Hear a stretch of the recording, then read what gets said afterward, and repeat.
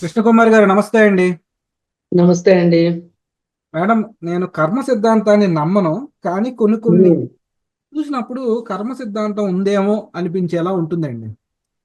ఎలాగంటే, ఉమ్, మీకు గుర్తుందో లేదో, కొన్ని నెలలు ఉమ్, మన గుట్కా పాండు అలియాస్ వాళ్ళ వాళ్ళను కొడాలి నాని, ఏ నాని చాలా మంది ఉన్నారు.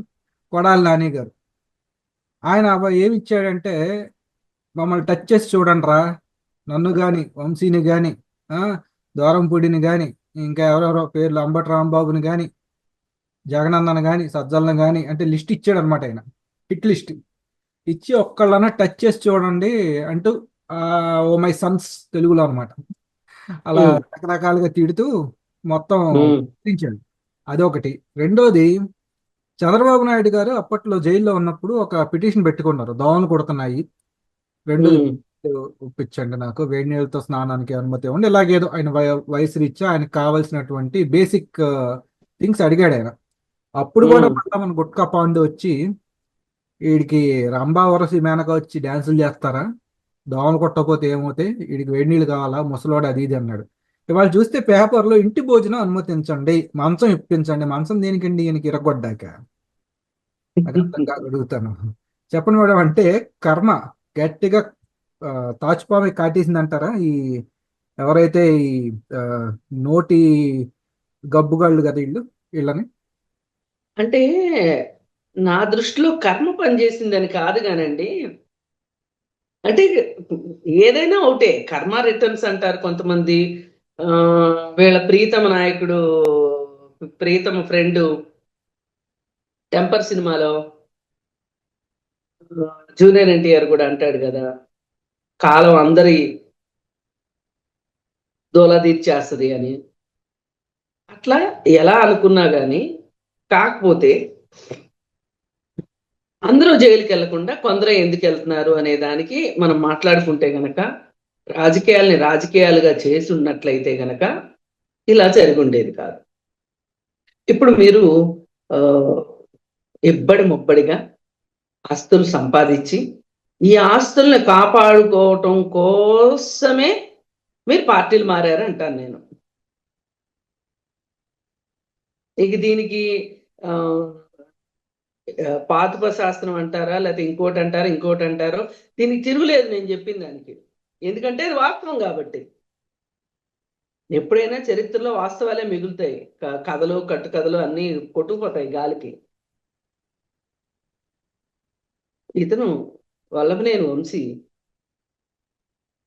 2019లో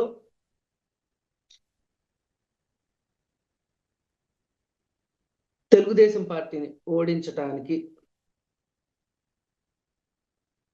హైదరాబాద్ లో ఒక పెద్ద ఆ ఏమంటారు దాన్ని, ఆ, ఒక మంత్రతంత్ర విన్యాసం జరిగింది హైదరాబాద్ లో. ఓకే. శత్రువు శత్రువు మిత్రుడు అన్నట్లు. ఓకే. ఆ, కేసీఆర్ అధ్యక్షన అసలు ఏం చేస్తే చంద్రబాబు నాయుడు రాకుండా ఉంటాడు? మళ్ళీ మళ్ళీ రాకుండా ఉండాలి. ఇప్పుడు మన లక్ష్యం ఏంటంటే చంద్రబాబు రాకుండా ఉండాలి అన్న ఉద్దేశంతో ఎవరెవరికైతే హైదరాబాద్లో ఆస్తులు ఉన్నాయో, వాళ్ళు ఆంధ్ర రాజకీయాల్లో ఉన్నారో, వాళ్ళనల్లా బెదిరించి, అంటే సామ భేద దాన దండోపాయాలతోటి ఒక ఆ బలమైన నాయకులు అందామా, లేకపోతే ఇప్పుడు ఏ పేరు పెట్టినా పర్వాలేదు కానీ అలాంటి వాళ్ళందరినీ తీసుకెళ్ళి వాళ్ళు వైసీపీలోకి స్వచ్ఛందంగా వెళ్ళేటట్లుగా చేశారు. వీళ్ళు వెళ్ళడానికి కారణం ఏంటయ్యా అంటే హైదరాబాద్ మాయాజాలం. ఆలీ దగ్గర నుంచి అందరినీ అలాగే ఆడుకున్నారు. అలాగే ఎలక్షన్స్ టైంలో ఆయన ఆర్థిక పరమైన ఆ, సహాయాలు ఎవరైనా చేస్తారేమో అన్న వాళ్ళందరినీ కూడా సామాజిక వర్గం గుర్తింపు కార్డు తోటి సహా చాలా మంది ఈ ఇళ్లలో రైడ్లు జరిగినాయి, ఐటీ రైడ్స్. ఇదంతా ఒకళ్ళు చేసిన పని కాదండి. మోడీ దగ్గర నుంచి అందరూ కలిసి చేసేది. ఒక్కళ్ళని అనకూడదు. ఎందరో కలిపే చంద్రబాబు నాయుడుని ఓడించారు ఆ రోజు. లేకపోతే ఓడిపోవాల్సిన అవకాశం లేదు. జగన్మోహన్ రెడ్డి అధికారంలోకి రావాల్సిన అవసరం లేదు. ఆ జగన్మోహన్ రెడ్డి అధికారాన్ని చూసుకుని ఈ ఏమంటారు, ఈ రేస్ కుక్కలో నోరు బారేసుకోవటం కానీ జరిగేది కాదు అసలు. ఈ రేస్ కుక్కలు మామూలు రేస్ కుక్కలా ఇవి? వాళ్ళకి నేను వంశీ కావచ్చు, కొడాలి నాని కావచ్చు, ఇట్లాంటి వాళ్ళందరినీ చేతిలో పెట్టుకొని ఆఖరికి 30 years ఇండస్ట్రీ పృథ్వీని, వీళ్ళందరినీ ఏం చేశారు? ఈ పదవులు ఇస్తే పదవులు ఇవ్వటం, లేకపోతే మీ ఆస్తులంటే ఏవో కొద్ది గొప్ప ఉన్న ఆస్తులు అయితే ఏ చిక్కులు చికాకులు లేకుండా ఉంటాయి. కానీ మరి మన ఆక్రమణదారులు ఈ ఆస్తులు మామూలుగా ఉండవు కదా. మరి ఆ ఆస్తుల్ని కాపాడటం కోసం, ఎంత కాపాడుకోవటం కోసం, లేదంటే ఆ ఆస్తుల్ని మేము వాటి వంక చూడాల్సి వస్తుంది అని చెప్పి బలవంతంగా చాలా మందిని ఆ పార్టీలోకి పంపించిన తర్వాత మరి వెళ్ళిన తర్వాత ఊరుకుంటారా? వాళ్ళని ఎంత వాడాలో అంత వాడారు. ఆ వాడుకలో భాగంగానే వల్లభనేని వంశీ వ్యాఖ్యలు కావచ్చు, ఆ వ్యాఖ్యలు ఒక రకంగా చంద్రబాబు నాయుడులో కూడా కన్సిడర్ అయిపోయామో అనిపిస్తుంది. మామూలుగా చాలా సంయమనం పాటించే చంద్రబాబు నాయుడు కూడా బయటకు వచ్చి వలవల ఏడ్చిన సందర్భాన్ని ప్రపంచం అంతా చూస్తుంది.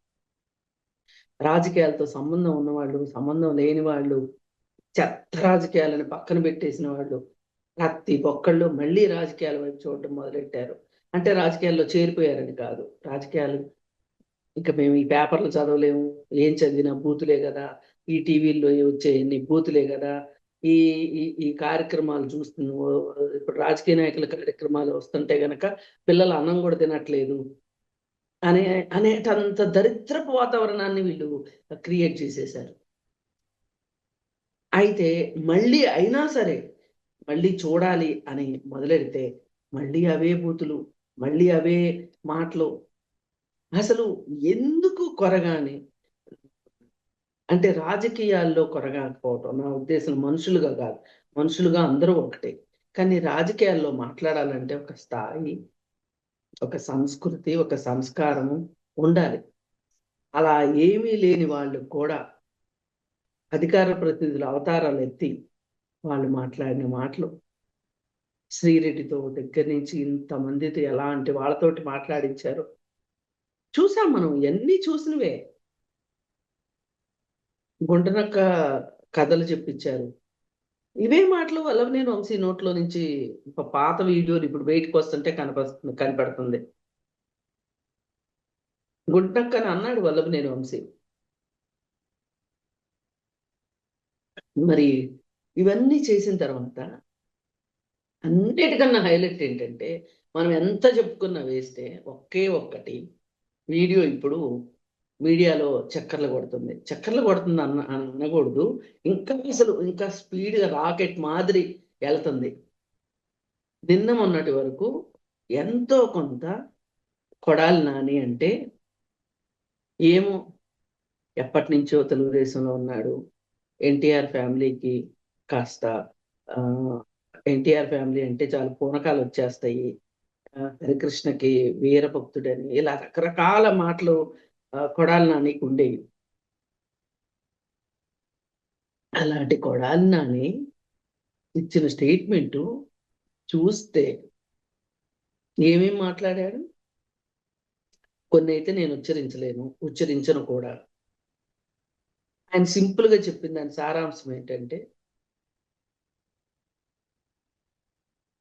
ఏదో రెడ్ బుక్ అని అన్నాడని, ఎవరు లోకేష్ టచ్ చేసి చూడు, నన్నొక్కడనే కాదు, వంశీని,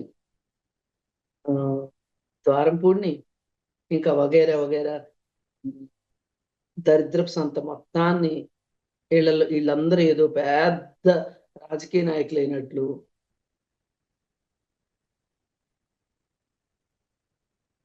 అసలు ఆయన టచ్ చేసి చూడు అన్నాడు. నేనేమనుకున్నానంటే అసలు రాష్ట్రం ఏమైపోద్దో చూడు, ఎవరికేమవుద్దో చూడు అనుకున్నా. కానీ క్యాసినోవో నిర్వహించగలిగిన వాడు, అలాగే ఏదైనా చేస్తాడు, ఏదైనా చేయగలడు అనే ఒక నమ్మకం ఏ మూల ఉంది ప్రతి వాళ్ళకి. ఏది, నాని వంశీ ద్వయం గురించి. అంటే వీళ్ళు ఏదో చాలా పోటుగాళ్ళు, అసలు అబ్బో అసలు వీళ్ళు చక్రం తిప్పేశారు కృష్ణా జిల్లాలో రాజకీయాల్ని. అందుకే ఇంత మాట్లాడుతున్నారు, ఇన్ని కోతలకు వస్తున్నారు. కొయ్యి కొయ్యి సొరకాయలు కొయ్యి, లేత లేత సొరకాయలు కొయ్యి అన్నట్లు కోతలకు వస్తున్నారే అన్నట్లు అయిపోయింది ఇప్పుడు వీళ్ళ పరిస్థితి. లేకపోతే ఏ ఒక్కరిని టచ్ చేసి చూసినా అసలు ఇవన్నీ కూడా ఆ, ఒక రకంగా కొన్ని కేసీఆర్ మాటలే. ఆయన భూకంపాలు పుట్టిస్తాను అన్నాడు కదా, అగ్నిపర్వతాలు అగ్నిగోళం అయిపోద్ది రాష్ట్రం అన్నాడు. ఆ మాదిరిగానే మాట్లాడాడు. కాకపోతే ఈయనేమో 80,000 పుస్తకాలు చదువుకున్నాడు కాబట్టి కాస్త అందంగా మాట్లాడాడు. మనోడు గుట్కా బ్యాచ్ కాబట్టి అలా రా మెటీరియల్ గా మాట్లాడాడు. అదండి అంతే నాకు తేడా. డౌట్. 80,000 ఆ, పుస్తకాలు చదవాలంటే ఎన్ని జన్మలు ఎత్తాలండి? ఆయన ఏమో శివాజీ, ఏమండి, ఆయన ఏమో రోబోలో నేను లెక్కల్లో రజనీకాంత్ ఇలా చాలా ఇలా తిప్పి, పూరండి. కాదండి రోబోలో రజనీకాంత్ ఇలా ఇలా పుస్తకాన్ని తిప్పి చదివేస్తాడు చూసారా చిట్టి. కాదండి, నేను లెక్కల్లో కాస్త పూరండి. అందుకని చెప్పి ఆయన ఆయన అన్న మాట యథాతథంగా చెప్పాను తప్పితే ఉమ్, ఉమ్, దాని వాస్తవం ఏంటి, అసలు వాస్తవ రూపంలో ఇది జరిగేదా కాదా అంటే నేను ఒకటే అనుకుంటా. నిజంగానే చదివాడనే అనుకుందాం. ఓకే. చదివితే చదివిన దాని ఎఫెక్ట్ కనిపించాలి కదా. ఉమ్, లేదా నా చిట్టి బుర్రకి నేను చదివాను, ఏదో చదివాను అనుకునే కొంచెం చదువుకి నేనే ఈ మాత్రం మాట్లాడగలుగుతున్నాను అంటే 80,000 పుస్తకాలు చదివిన ఆయన దగ్గర నుంచి ఎంత అవుట్పుట్ ఆశిస్తామండి? ఎంతమందిని తయారు చేయొచ్చండి? ఏం చేశాడండి? అలాంటి మాటలే అనమాట ఇక్కడ కూడా. అగ్నిగోళాలు పుట్టిస్తాం, టచ్ చేసి చూడు, ఈ మాటలన్నీ మాట్లాడేశాడు. మాట్లాడేసిన తర్వాత పైగా ఇంకో మాట కూడా అన్నాడు. మీరు మేము ఎప్పటికైనా శత్రువులమే అన్నట్టు, మీ ఇంటికి మా ఇల్లు ఎంత దూరం, మా ఇంటికి మీ ఇల్లు అంతే దూరం. అంటే నేను డిస్టెన్స్ మెయింటైన్ చేస్తున్నాను అని చెప్తున్నాడు. ఇలా ఎన్ని చెప్పినా, ఏం చేసినా ఫైనల్ కి జరిగింది ఏంటి? ఇప్పుడు ఈ ఎలుక ఏ కొలుగులో ఉంది? వల్లభనేని వంశీని అరెస్ట్ చేసి దగ్గర దగ్గర 4 రోజులు కావస్తుంది. ఏమైపోయాడు మనోడు అసలు? ఎక్కడైనా గుట్కా ఫ్యాక్టరీ పెట్టాడా ఏంటి? కొంపదీసి రాలేని పరిస్థితిలో ఉన్నాడా? లేకపోతే అక్రమ గుట్కా వ్యాపారంలో ఏమైనా ఎక్కడైనా అరెస్ట్ అయ్యాడా? ఏదో ఒకటి జరగాలి కదా. ఏమీ లేకపోతే బయటికి ఎందుకు రాడు? అసలు ఆయన అన్న మాట ప్రకారం అయితే గనక ద్వారంపూడి చంద్రశేఖర్ రెడ్డి మీద అతని ఆ బోట్ సీజు విషయం వచ్చినప్పుడే అసలు ఈయన బయటికి రావాలి లెక్క ప్రకారం, ఉగ్ర నరసింహుడి లాగా. రాలా.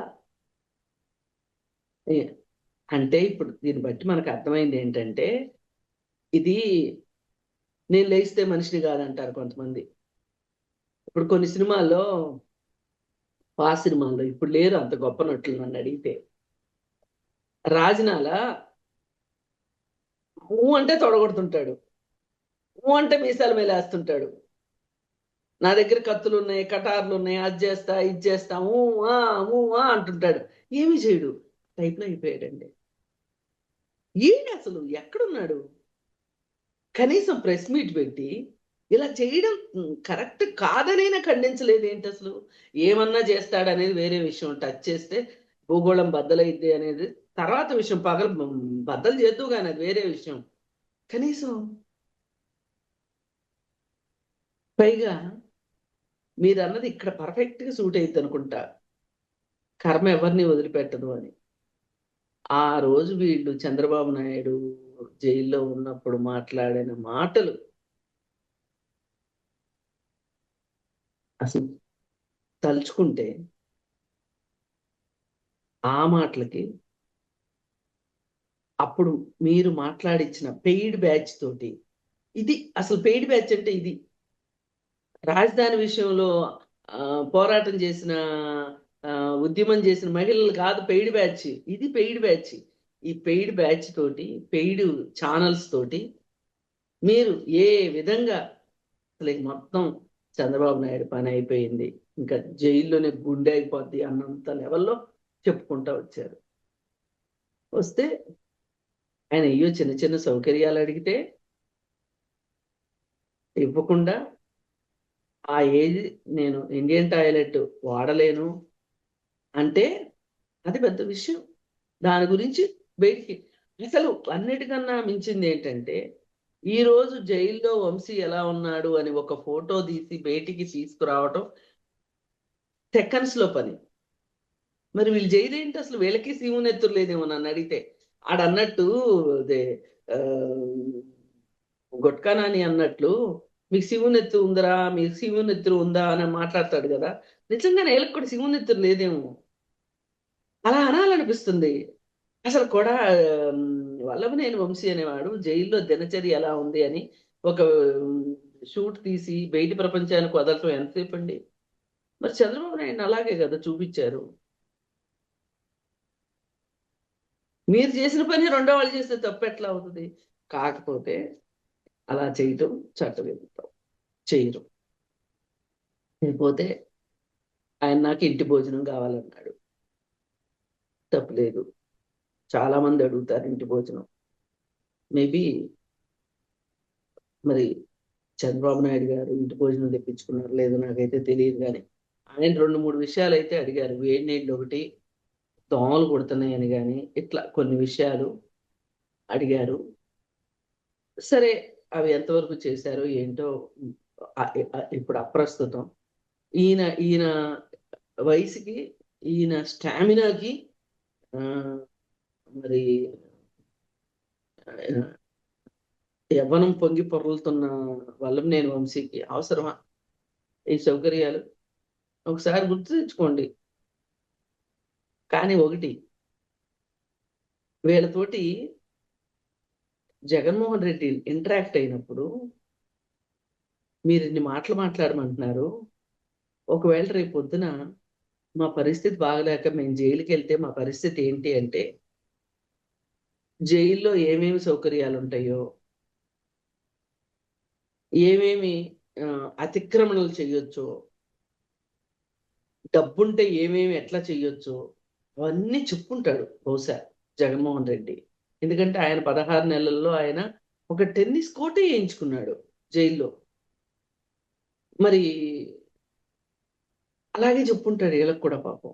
ఏం పర్వాలేదు, ఒక్కవేళ జైలుకి వెళ్తే కూడా, అసలు జైలుకి వెళ్ళి వస్తే ఎవడికి వాడు ఆ, వాళ్ళ వాళ్ళ పరిస్థితి నుంచి కొంచెం పైకి వెళ్తారని చెప్పుంటాడు. నేను ఒకప్పుడు ఎంపీని కదా, నేను సీఎం అయ్యాను, నువ్వు ఎమ్మెల్యేవు కదా, నువ్వు ఎంపీ అవుతావేమో, ఇలా చెప్పుంటాడు. లేకపోతే వీళ్ళందరూ ఆ, ఇంత ఎర్రోళ్ళ మాదిరి వాళ్ళు ఇచ్చిన స్క్రిప్ట్ అంతా ఎందుకు చదువుకుంటూ కూర్చుంటారండి? వీళ్ళంతా స్క్రిప్ట్లు చదివిన వాళ్ళే కదా వీరులు మొత్తం. అందుకని వీళ్ళు మాట్లాడేటప్పుడు, వీళ్ళు ఏమైనా మాదక ద్రవ్యాలు సేవించి మాట్లాడారా, లేకపోతే పూర్తి మనసుతోటే మాట్లాడారా, అంటే మానసిక పరిస్థితి బాగుండే మాట్లాడారా అనిపించేటట్లు చాలా మాటలు వీళ్ళు మాట్లాడారు.